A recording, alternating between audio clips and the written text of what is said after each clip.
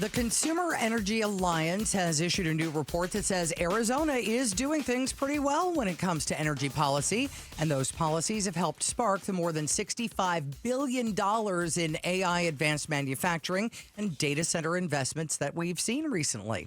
But are we going to be able to keep up with the projected 40% increase in electricity demand that all that industry will bring? Joining us is Matthew Gonzales, Southwest Executive Director for the Consumer Energy Alliance. Matthew, thanks for being with us. Your organization says that Arizona has a balanced, affordable energy policy. How so? Yeah, so Arizona does a really great job. Your state, your electric utilities have done a great job about committing to bringing on more power generation. So when you talk about meeting that rising energy demand, they're looking at all the above options. So they're bringing on more solar, they're bringing on more wind. But the other thing they're doing a lot of is they're bringing on more natural gas. And natural gas is going to be a big part of that because it provides such great baseload power. Arizona has taken a stance that you're not going to pick winners and losers when it comes to energy, and so having access to that natural gas is going to be critical. The other thing is the state has committed, and some of your utilities have committed to bringing in more natural gas via a new pipeline that was announced, so that's going to be huge for the state of Arizona. So where, in the opinion of Consumer Energy Alliance, where can we improve? So I would say the biggest thing is going to be more build out. You're going to absolutely need more transmission. You're going to need more pipelines. All of that stuff's going to continue.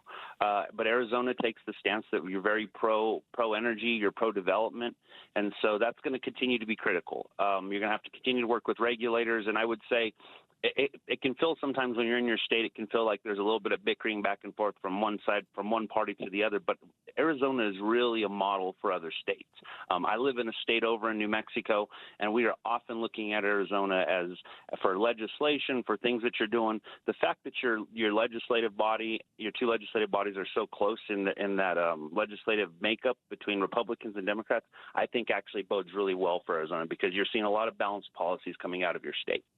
We are talking with Matthew Gonzales. He's the Southwest Executive Director for the Consumer Energy Alliance. I think the big question for all of us is, we mentioned all of those industries that have grown here thanks to our what you say is a really great all of the above energy policy. But are we going to be able to keep up with that huge increase in demand that all of that industry is bringing? The estimate's 40% increase in just the next 5 years. Yeah, I think everyone's asking themselves that right now. Every state is grappling with that. How can we bring more energy online? How can we make sure that we have the capacity to continue to bring in data centers and AI? And so, again, it's one of those things that it's going to take us getting down the road, but I think Arizona is really looking ahead with the announcement of that Southwestern pipeline, with your Arizona Corporation Commission really trying to keep things balanced and focused on affordable, reliable, and clean. That's going to be really tough. The other thing I'd point out is in Arizona right now has some of the cheapest energy anywhere around. So while it may not always feel like it's cheap, when you're compared to other states, Arizona's got the cheapest natural gas anywhere in the country. Electricity rates, I think, are the second lowest in the country. So that's a really positive. That bodes well for Arizona. So it's going to be a matter of continuing to keep that hand on the dial, having your regulators look at this year after year and making sure that you're ramping this up slowly. Now, let's talk about the financial burden of all of this build out that we're having to do for power. Is it balanced between, both the ratepayers and taxpayers and these businesses, or is somebody footing most of that bill?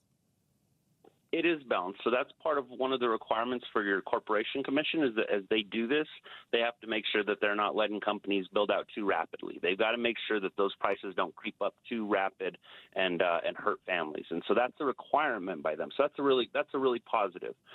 So as they continue to move this along, they're going to have to continue to watch, talking with low-income families, making sure that they're not impacted, and making sure that those rates don't get too high too fast. All right. Thanks a lot, Matthew. Matthew Gonzales there, Southwest Executive Director for the Consumer Energy Alliance. And he mentioned a lot of natural gas there. Right.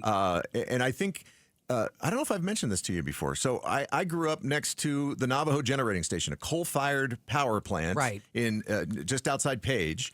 And there was years and years of talk about shutting it down for environmental reasons, but it eventually got shut down, and they actually imploded those giant smokestacks. Right. It was kind of a sad day, I thought, in some ways, because it's so much cheaper to burn natural gas than coal. And that's the thing. It's, we all want a cleaner environment, so we want to see a mixture out there. If we can get some wind power and some solar power and some LNG, then we're doing it right, because one of those is much more reliable than the others, LNG, and the others can really backfill where we need it backfilled. It makes sense. Yeah. Thanks for watching Arizona's Morning News. Click to watch more from KTAR News and hit the button in the middle to subscribe.